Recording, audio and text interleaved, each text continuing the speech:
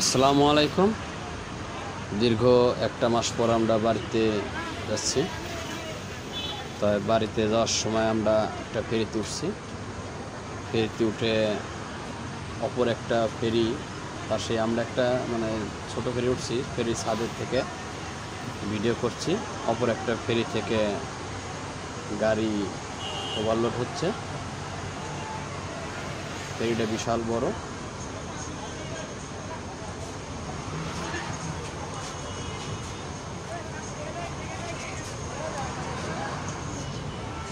এখানে দুইজন লোক দাঁড়িয়ে আছে। দুজন লোকের জন্য আমার মেয়ে ভালো করে ভিডিও করতে পারছে না। ওই যে অপর একটা ফেরি থেকে গাড়ি আস্তে আস্তে ওভারলোড হচ্ছে।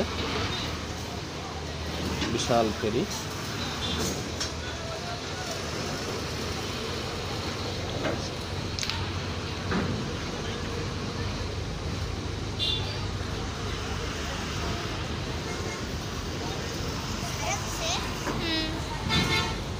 ওই দেখুন কত বড় ফেরি।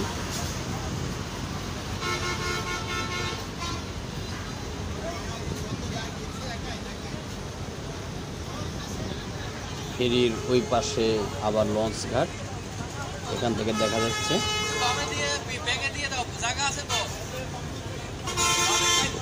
এই দেখুন একটা ফেরির ভিতরে কতগুলা গাড়ি ঢুকাইছে।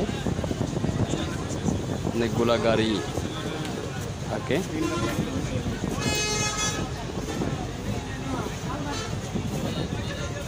একটা ফেরির ভিতরে অনেকগুলা গাড়ি থাকে।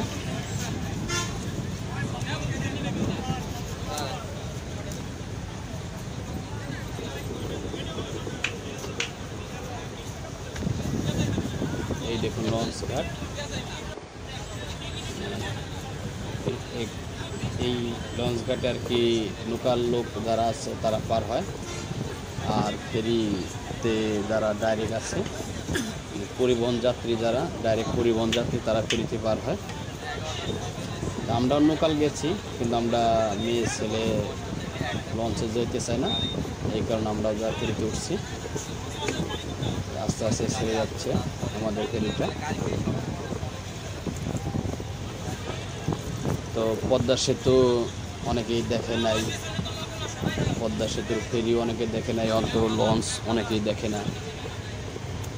যারা এসব না দেখেছেন তাদের জন্য ভিডিওটা বানানো আমার।